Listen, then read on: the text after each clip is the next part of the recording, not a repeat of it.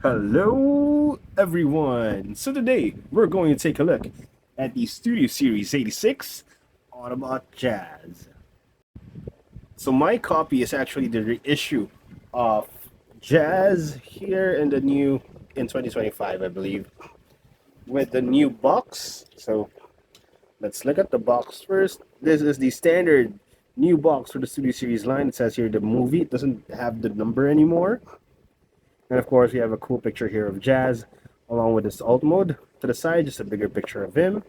At the back, again, what I love about Studio Series figures is that it has a picture or image from the actual movie or a scene from the movie or show or game where it came from. And then there's a small description here. Autobot Jazz fights Megatron as the Autobots and Decepticons battle in Mission City.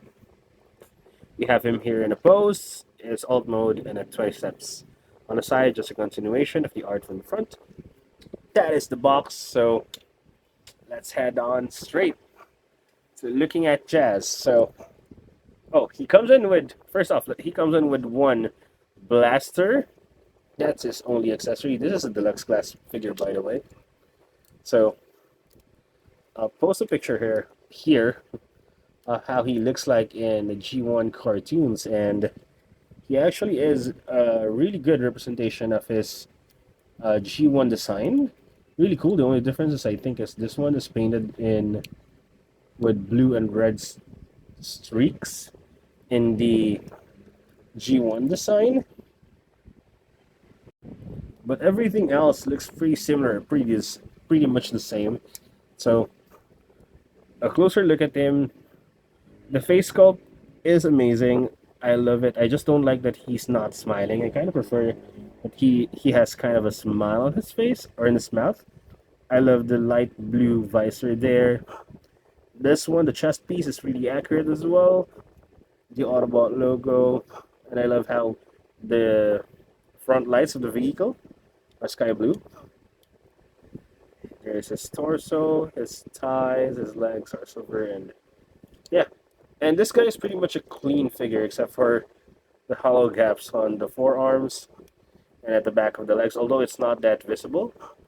Also, he has a backpack, but it's very minimal, and I kind of like that it's really small. It's not that bothersome. What I don't like is the fact that this entire piece, this entire the roof, and this one, the extension of the roof, are all made up of clear plastic, which I'm pretty sure is will easily break if you mishandle this guy or you transform him too much. So I suggest being very careful with this figure. And yeah, I like everything about this guy. I bought this because of course I didn't collect started collecting up until this year.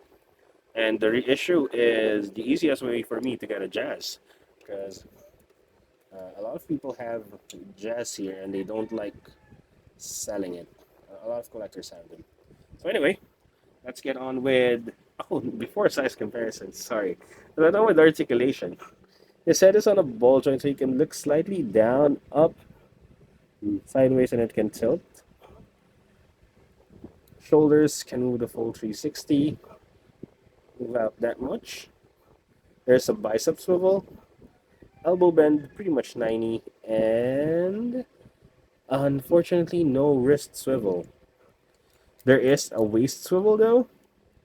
His legs can kick sidewards only up to that far, forwards only up to that far, and backwards 90 degrees. He can actually kick backwards farthest than the other two sides. There is somewhat of a thigh swivel because this is on a mushroom peg. Knee bend, pretty much so much bendable because of transformation. And then the toes he can do a tiptoe, and of course the ankle pivot. Really cool ankle pivot. Now, let me get a couple of A6 figures. So I have here Braun, which is a deluxe class mini bot. I guess this is quite accurate in scale. I have here the leader of the Autobots, Optimus Prime, and then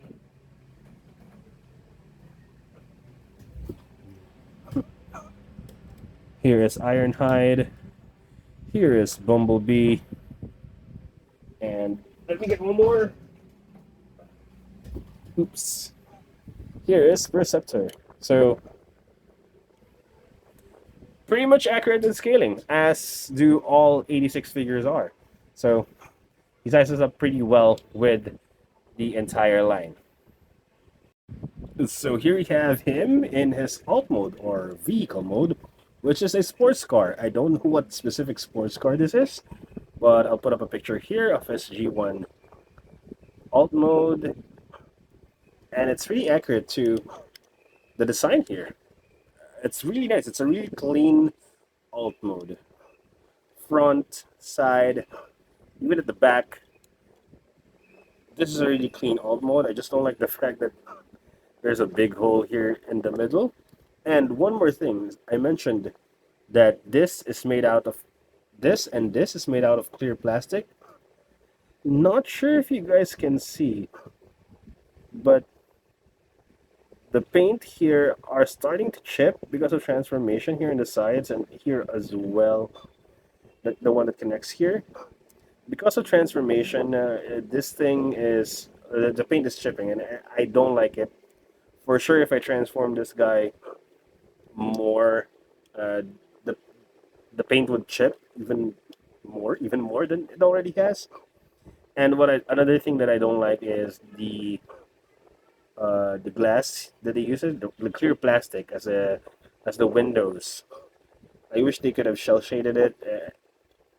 It just looks weird. I don't like it when you can see the insides, and the inside looks weird. Underneath, pretty clean. I mean, he's stuck in there. Really cool transformation, and the reason why there's a big hole here on top is for weapon integration. You can put the blaster here up top, and not really a fan of it. If you're gonna display it like this, it's better off without the gun. Now, let's do some size comparisons with the rest of the Studio Series 86 crew. Here we have him with Bumblebee, Brawn. So Jazz is pretty much bigger than both of them, which is pretty accurate. But here we have Ironhide, which Jazz is definitely bigger than, oh no, Jazz is definitely smaller than Ironhide.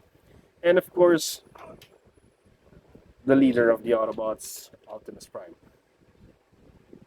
Jazz pretty much scales really well with all of them, and similar with almost all 86 figures, they are scaled pretty well, and they look really nice together, to be honest. I wish they could have done this type of paint to the windows. Even the black window on Bumblebee is better than this, in my opinion. It's similar with Ironhide. I don't like the plastic use, but yeah, this is Jazz in his vehicle mode. So final thoughts on the reissue of the Studio Series 86 Jazz. This guy is pretty much a really good Jazz figure for the deluxe class price point. Really good. The only thing I don't like about him is the clear plastic on his backpack. Everything else about him in robot mode is really good. No complaints here on my end. Transformation is pretty much simple. The only thing you got to be careful of is the backpack again. Because with the clear plastic, you gotta be careful when handling it. And posability, this guy is really posable. Scale-wise, he scales well with the rest of the Studio Series 86 line, even the modern ones or the later release ones. So yeah, that's it. I really like this figure, and I hope you guys enjoyed the video. And if you do, please like and subscribe. Thank you for watching, and see you guys next time. Bye bye.